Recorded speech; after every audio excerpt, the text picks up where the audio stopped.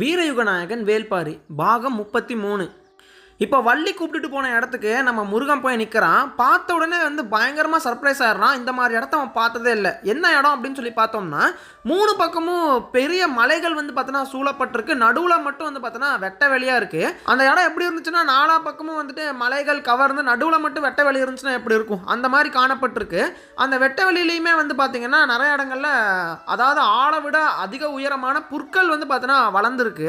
இவ்வளோ அழகான இடத்த அவன் பார்த்ததே இல்லை இது வரைக்கும். வள்ளியும் பார்த்தீங்கன்னா அவ்வளோ அழகான அந்த இடத்த பார்த்தோன்னா ரசித்து பார்த்துக்கிட்டு இருக்கா. அப்படியே அந்த புல்லெல்லாம் முளைச்சிருந்துச்சு இல்லையா, அந்த புல்லுக்குள்ளே பார்த்தோன்னா நம்ம வள்ளி இப்போ முருகனை கூப்பிட்டுட்டு போகிறா. முருகனும் பார்த்தீங்கன்னா பின்தொடர்ந்து வரான். அந்த புற்களுக்கு நடுவில் போய் நின்றுடுறாங்க. அங்கே பார்த்தீங்கன்னா ஒரு கல் ஒன்று இருக்குது. அந்த கல் மேலே ஏறி நம்ம வள்ளியை உட்கார வச்சுட்டு அந்த வள்ளியுடைய மடியில் படுத்துக்கிறான் நம்ம முருகன். இப்போ படுத்துக்கிட்டே பார்த்தீங்கன்னா அவங்க அங்கே இருக்கக்கூடிய அந்த புல்வெளிகளையும் அந்த இயற்கை காட்சிகளையும் பார்த்தோன்னா ரசிச்சுக்கிட்டு இருக்காங்க. அந்த சமயத்தில் தான் பார்த்தோன்னா கொஞ்சமாக இருட்ட ஆரம்பிக்குது. அப்படி இருட்ட ஆரம்பித்த உடனே நிலா வருது. அந்த நிலாவுக்கு பக்கத்தில் விண்மீன் கூட்டம் பார்த்தோன்னா வர ஆரம்பிக்குது. இப்போ தான் அவங்க 2 பேரும் பார்த்தோன்னா அந்த விண்மீன்களையே பார்த்து ரசிச்சுக்கிட்டு இருக்காங்க. அப்போது அந்த விண்மீன்களில் 6 விண்மீன்கள் மட்டும் பார்த்தோன்னா ரவுண்டாக சுற்றி மிளிர ஆரம்பிக்குது. அதை பார்த்த உடனே நம்ம வள்ளி கேட்குறா, அது என்ன 6 விண்மீன்கள் மட்டும் கரெக்டாக அந்த இடத்துல அழகாக மிளிர்ந்துட்டுருக்கு, அது எப்படி சாத்தியம் அப்படின்னு சொல்லி கேட்க, இந்த காலத்தில் பார்த்தோன்னா இந்த விண்மீன்கள் அதிகமாக வரும், அந்த காலகட்டம் தான் அது, அதனால தான் ஒளிருது போல் அப்படிங்கிற மாதிரி நம்ம முருகனும் சொல்கிறான். அந்த விண்மீன்கள் எவ்வளோ அழகாக ஜொலிக்குதோ அதுக்கு இணையாக அவங்களுடைய காதலும் அந்த அன்னைக்கு அங்கே ஜொலிக்க ஆரம்பிக்குது. அப்போ தான் நம்ம வள்ளி காதலில் மூழ்கி சொல்கிறா, அழகின் வடிவம் நீ அப்படின்னு சொல்லிட்டு நம்ம முருகனை பார்த்து சொல்ல, முருகன் வடிவின் அழகு நீ அப்படின்னு சொல்லிட்டு அதையே மாற்றி சொல்கிறாப்புல. அப்படியே அவங்க கொஞ்ச நேரம் அங்கே ரொமான்ஸ் பண்ணிருக்கும்போது திடீர்னு பார்த்தோன்னா மழை பெய்ய ஆரம்பிச்சிடுது. உடனே மழை வர்றக்கு ஆரம்பிச்சிருச்சு. சரி வா நம்ம வேறு பக்கம் எங்கேயாச்சும் போகலான்னு சொல்லிட்டு அந்த புல்வெளியிலிருந்து கொஞ்சம் தூரம் அப்படியே வேறு பக்கமாக நடந்து போக ஆரம்பிக்கிறாங்க. அப்படி நடந்து போக ஆரம்பிக்கிறப்ப தான் பயங்கரமாக பார்த்தோன்னா மழை பெய்ய ஆரம்பிக்குது. உடனே நம்ம வள்ளி சரி நம்ம எங்கேயாவது பக்கத்தில் குகை இருந்துச்சுன்னா அந்த குகையில் போய் தங்கிக்கலாம் அப்படின்னு சொல்லிட்டு பக்கத்தில் ஒரு குகை இருந்துச்சு போல், அந்த குகையில் இவங்க 2 பேர் போய் தங்கிக்கிறாங்க. அப்போ தான் அங்கே நிறையா முயல் கூட்டங்களுமே பார்த்திங்கன்னா அந்த மலையில் எங்கே போகிறதுன்னு தெரியாமல் அங்கே இங்கே சுற்றிக்கிட்டு இருக்கு. அந்த சமயத்தில் நம்ம வள்ளி மட்டும் அந்த குகைக்குள்ளே உட்காந்து நடுங்கிக்கிட்டு இருந்திருக்கா. அதாவது குளிராகும் இல்லையா, நைட் நேரம் மழை பெய்யுது, ஸோ குளிராகும் இல்லையா, அப்படியே நடுங்கிக்கிட்டு நம்ம வள்ளி உட்காந்துட்டு இருக்கிறப்போ அந்த முயல் மட்டும் பார்த்திங்கன்னா அந்த முயல் கூட்டம் அதெல்லாம் பார்த்தீங்கன்னா எங்கே போகிறதுன்னு தெரியல மலையில். அதனால் அதுவும் பார்த்தீங்கன்னா அந்த குகைக்குள்ளே வருது. குகைக்குள்ளே நம்ம வள்ளியுடைய கால் கிட்ட பார்த்திங்கன்னா அதெல்லாம் அண்டுது.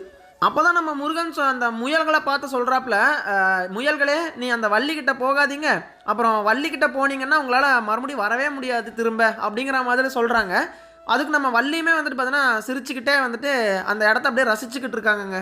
இப்போ கொஞ்சம் கொஞ்சமாக பார்த்திங்கன்னா அந்த மழை நிற்க ஆரம்பிக்குது. மழை நின்ன உடனே நம்ம வள்ளியை கூப்பிட்டுட்டு இப்போ முருகன் அந்த இடத்த விட்டு கிளம்பலாம். ஏன்னா குகைக்குள்ளே உட்காந்துருந்தாங்க. நமக்கு நாம் பார்த்தோன்னா ஒரு இடத்த தேடிக்கணும், அங்கே நம்ம பரண் அமைச்சு நம்ம தங்கணும் அப்படிங்கிற மாதிரி நம்ம முருகன் சொல்லிட்டு அப்படியே வள்ளியை கூட்டிகிட்டு போகிறான். அப்படி கூட்டிகிட்டு போகும்போது பார்த்தோன்னா அந்த இடம் ஃபுல்லாகவே நிறையா பூக்கள் பார்த்தோன்னா மலர்ந்துருக்கு. ஏகப்பட்ட அழகழகான பூக்களெல்லாம் பார்த்தோன்னா அந்த இடம் ஃபுல்லாகவே மலர்ந்துருக்கு. அந்த மாதிரியான ஒரு இடத்துக்கு இப்போ நம்ம முருகனும் வள்ளியும் சேர்றாங்க.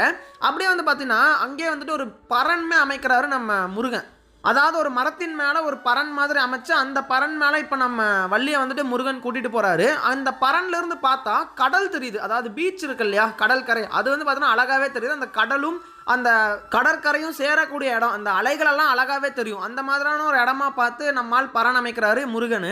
இப்போ நம்ம வள்ளி பார்த்திங்கன்னா அந்த பரண் மேலே ஏறி உட்காந்துக்கிட்டு நாம் ஏன் எப்போ பார்த்தாலும் பரன்லேயே தங்குறோம், ஏன் கீழே நிலத்துலேயே டென்ட்டு போட்டு தங்கலாம்ல, இந்த மாதிரி ஏதோ பண்ணலாம்ல, ஒரு குடிசை மாதிரி போடலாம்ல, எதுக்கு எப்போ பார்த்தாலும் பரண் மேலேயே தூக்கிட்டு வரேன் என்ன அப்படிங்கிற மாதிரி நம்ம வள்ளி கேட்க, அதாவது நாம் ஒரு புனிதமான காதலில் இருக்கோம்.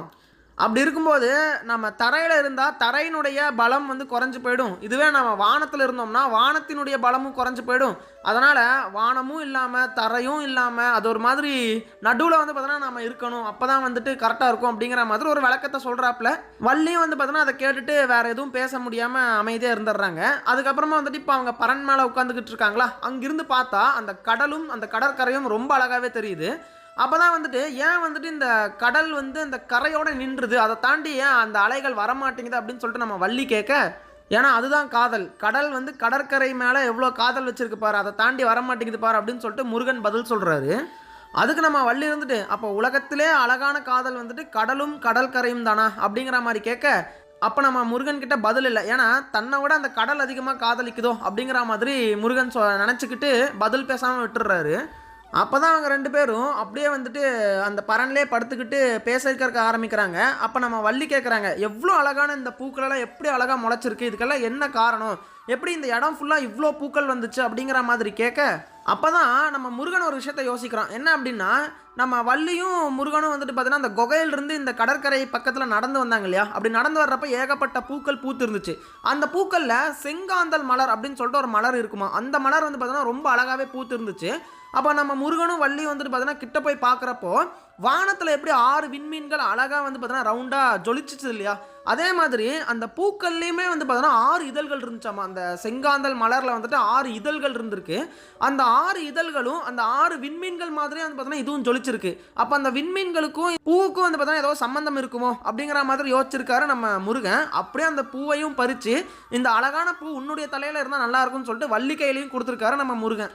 இப்போ நம்ம வள்ளியுடைய தலையில் வந்து பார்த்தீங்கன்னா அந்த செங்காந்தல் மலர் தான் இருக்குது. அந்த செங்காந்தல் மலரை பார்த்துக்கிட்டு அந்த விண்மீன்களுக்கும் இந்த பூக்களுக்கும் என்ன சம்பந்தம் அப்படிங்கிற மாதிரி யோசிச்சுக்கிட்டே இருந்திருக்காரு நம்ம முருகன். அந்த சமயத்தில் தான் நம்ம வள்ளியும் கேட்டிருக்காங்க, இந்த மாதிரி இவ்வளோ பூக்கள் அழகாக முளைச்சிருக்கு, இதுக்கெல்லாம் என்ன காரணம், இங்கே எப்படி இவ்வளோ பூக்கள் வந்துச்சு அப்படிங்கிற மாதிரி கேட்குறப்போ, ஒருவேளை இந்த விண்மீன் தான் இதுக்கெல்லாம் காரணமாக இருக்குமோ அப்படிங்கிற மாதிரி யோசிச்சுக்கிட்டே இருக்காரு நம்ம முருகன். அப்போ தான் நம்ம முருகன் ஒரு பதில் சொல்கிறாரு. என்ன அப்படின்னா, இந்த விண்மீன்கள் இரவு நேரத்தில் நிலாவோட வந்து பார்த்தோன்னா ஜொலிக்குது. அப்படி ஜொலிக்கும் போது மழை நல்லா பெய்யுது. அதனால் அந்த செடிகளுக்கு அழகாக தண்ணியும் போய் சேருது. அடுத்த நாள் காலையில் நிலா போயிட்டு சூரியன் வந்துடும் இல்லையா, சூரியன் வரும்போது அந்த விண்மீன்கள் அங்கேயே தான் இருக்கும். ஏன்னா அது ஒரு சில காலகட்டம் வரைக்கும் அந்த விண்மீன்கள் வானத்தில் தான் இருக்கும். ஆனால் நிலா போயிட்டா அடுத்து சூரியன் வர்றப்போ கூட அந்த விண்மீன்கள் வானத்தில் இருக்கிறதுனால சூரியன் கூட சேர்ந்து அந்த விண்மீன் ஜொலிக்கிறதுனால இந்த பூக்கள் வந்து பார்த்தீங்கன்னா இன்னும் அழகாக மெருகேறுது. நார்மலாக இருக்கக்கூடிய அழகை விட இன்னும் அழகாக அந்த பூக்கள் ஜொலிக்கிறதுக்கான காரணம் அந்த விண்மீன் தான் போல். அதாவது இரவு நேரத்தில் அந்த விண்மீனும் நிலாவும் சேர்ந்தால் அழகாக மழை பெய்யுது. பகல் நேரத்தில் விண்மீனும் சூரியனும் சேர்ந்தால் அந்த இடமே வந்து பார்த்தீங்கன்னா செழிப்பாக இருக்குது, அந்த பூக்கள் இன்னும் அழகாக ஜொலிக்குது. அது எல்லாத்துக்குமே காரணம் அந்த விண்மீன்கள் தான் அப்படிங்கிற மாதிரி முடிவு பண்ணுறாரு நம்ம முருகன். இந்த பதிலை சொன்ன உடனே ஆடி போயிடுறாங்க நம்ம வள்ளி. ஏன்னா இந்த அளவுக்கு ஒருத்தன் விண்மீன்களெல்லாம் வச்சு பூக்களோட கனெக்ட் பண்ணி ஒரு காவியத்தை சொல்லுவானா அப்படிங்கிற மாதிரி யோசிக்கிறாங்க நம்ம வள்ளி.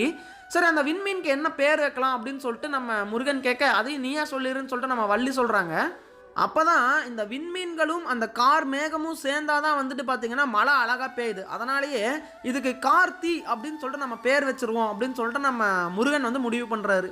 அந்த கார் மேகங்களுக்கு நடுவில் அந்த விண்மீன் ஜொலிக்கிறதுனால தானே மழை பெய்யுது. அதனாலேயே அந்த நொடியிலிருந்து அதுக்கான பேர் வந்து கார்த்தி விண்மீன் அப்படின்னு சொல்லிட்டு மாற்றி வச்சிடுறாங்க. அந்த கார்த்தி அப்படிங்கிற விண்மீன் தான் பேச்சொலகில் அப்படியே கார்த்திகை விண்மீன் அப்படின்னு சொல்லிட்டு மாறி இருக்கு அப்படிங்கிற மாதிரி சொல்கிறாங்கங்க.